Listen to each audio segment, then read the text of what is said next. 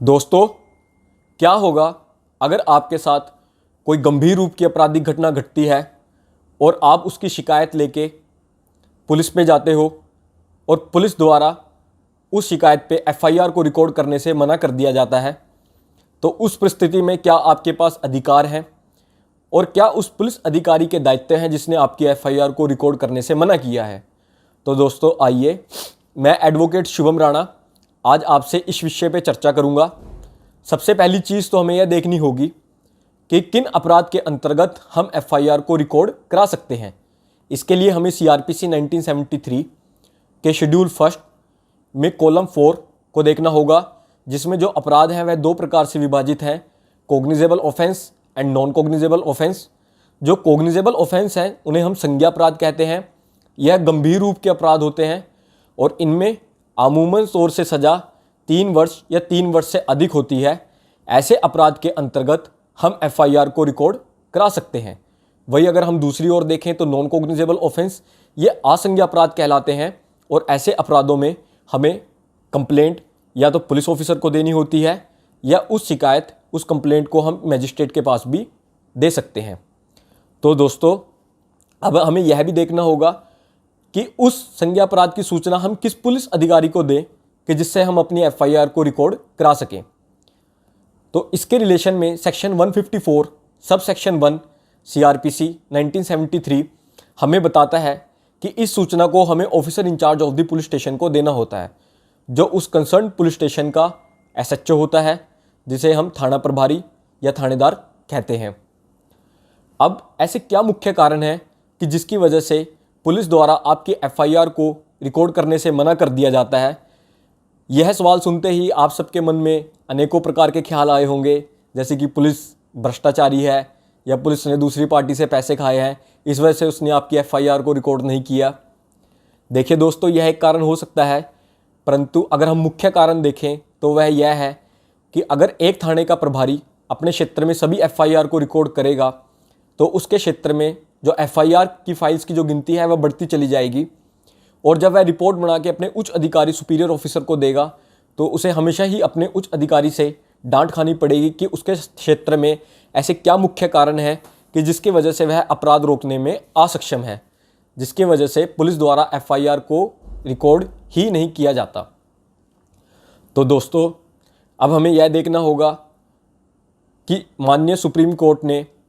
In the case state of Haryana versus Bhajan Lal में कहा, अगर कोई भी अपराध में जो सूचना है सूचनाकर्ता पुलिस अधिकारी को देता है और वह सूचना किसी संज्ञा अपराध के बारे में है, तो उस परिस्थिति में जो वह पुलिस अधिकारी है उसकी एफआईआर को रिकॉर्ड करने के लिए बाध्य है, वह उसकी एफआईआर को रिकॉर्ड करने से नहीं मना कर सकता। अब दूसरी चीज़ हमें यह देखनी होगी, क्या पुलिस अधिकारी आपको यह कह सकता है कि पहले मैं इस केस की प्रिलिमिनरी इंक्वायरी कंडक्ट करूंगा, उसके बाद ही मैं आपकी एफआईआर को रिकॉर्ड करूंगा। मतलब कि पहले इसकी मैं जांच पड़ताल करूंगा कि इस इंफॉर्मेशन में सच्चाई है या नहीं है, उसके बाद ही मैं आपकी एफआईआर को रिकॉर्ड करूंगा। तो इसके रिलेशन में भी 2013 में 5 जजेस की बेंच ने एक लैंडमार्क डिसीजन पास किया ललिता कुमारी वर्सेस स्टेट ऑफ यूपी में। माननीय सुप्रीम कोर्ट ने कहा, अगर कोई भी अपराध में जो शिकायत करता है वह सूचना किसी संज्ञा अपराध के बारे में देता है तो उस परिस्थिति में जो पुलिस अधिकारी है वह एफआईआर को रिकॉर्ड करने के लिए बाउंड है, वह उसे रिकॉर्ड करने से नहीं मना करता। परंतु वह सूचना इस प्रकार से दी गई है कि वह पूर्ण रूप से संज्ञा अपराध का खुलासा नहीं करती, तो उस परिस्थिति में जो पुलिस अधिकारी है उसके पास 7 दिन का टाइम पीरियड है कि वह 7 दिन के अंदर उस केस की प्रिलिमिनरी इंक्वायरी कंडक्ट करे और सूचना मिलने पर और उसकी प्रिलिमिनरी इंक्वायरी कंडक्ट करने के बाद उस एफआईआर को रिकॉर्ड करे। तो दोस्तों, पुलिस द्वारा एक बहाना यह भी लगाया जाता है कि आपकी एफआईआर को रिकॉर्ड करने से पहले कि यह जो अपराध है वह उसके क्षेत्र में ना हो, किसी दूसरे थाने के क्षेत्र में भी हुआ है, इसकी वजह से आप इसकी एफआईआर उनके थाने में नहीं रिकॉर्ड करा सकते। तो इसके रिलेशन में दोस्तों कंसेप्ट ऑफ जीरो एफआईआर है। कंसेप्ट ऑफ जीरो एफआईआर हमें बताता है, अगर कोई भी अपराध किसी भी क्षेत्र में हुआ है और आप उसकी सूचना किसी भी दूसरे थाने के पुलिस अधिकारी को देते हो तो वह आपकी उस सूचना पर एफआईआर रिकॉर्ड करने के लिए बाउंड है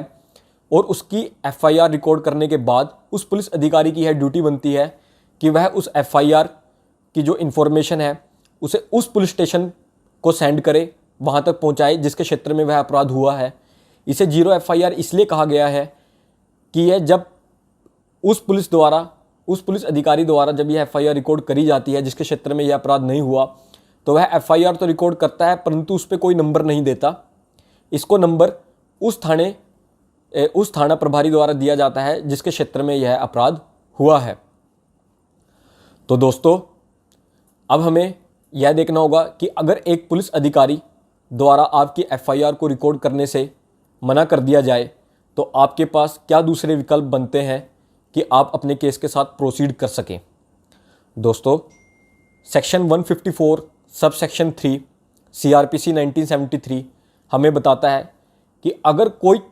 ऑफिसर इंचार्ज, कोई थाना प्रभारी आपकी FIR को रिकॉर्ड करने के लिए मना करता है और वह आप उसकी जो शिकायत है वह उस एरिया के SP को भी दे सकते हो। अगर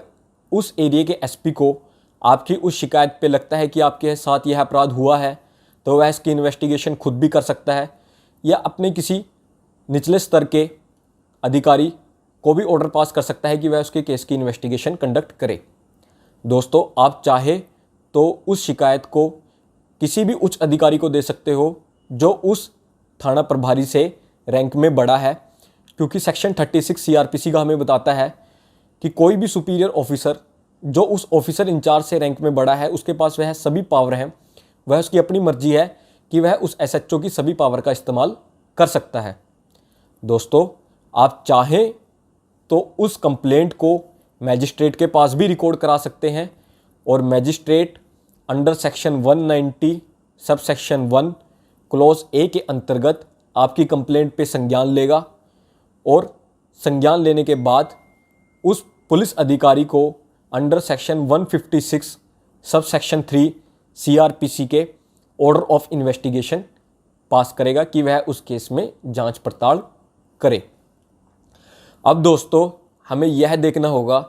कि क्या उस पुलिस अधिकारी के दायित्व हैं जिसने आपकी FIR को रिकॉर्ड करने से मना किया है। दोस्तों, इसके रिलेशन में हमें section 166A IPC read with section 197 CRPC को देखना होगा। सेक्शन 166 IPC का हमें बताता है कि कोई भी पब्लिक सर्वेंट, यहाँ जो वर्ड पब्लिक सर्वेंट यूज़ किया गया है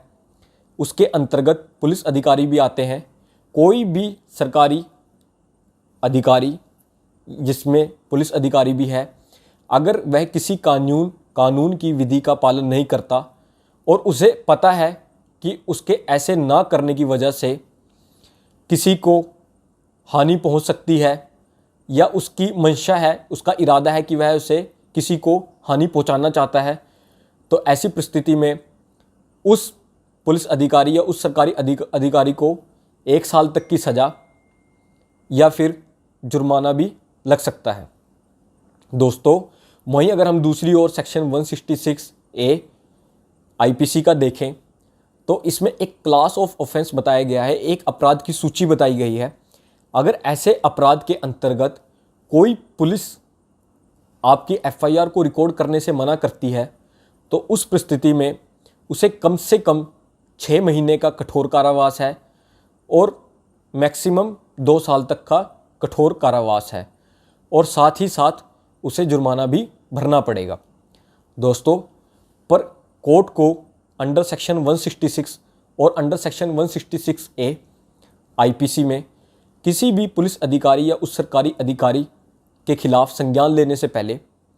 उस गवर्नमेंट, चाहे वह स्टेट गवर्नमेंट है या वह सेंट्रल गवर्नमेंट है, उसकी अनुमति लेनी होती है जिसके अंतर्गत वह सरकारी अधिकारी काम करता है।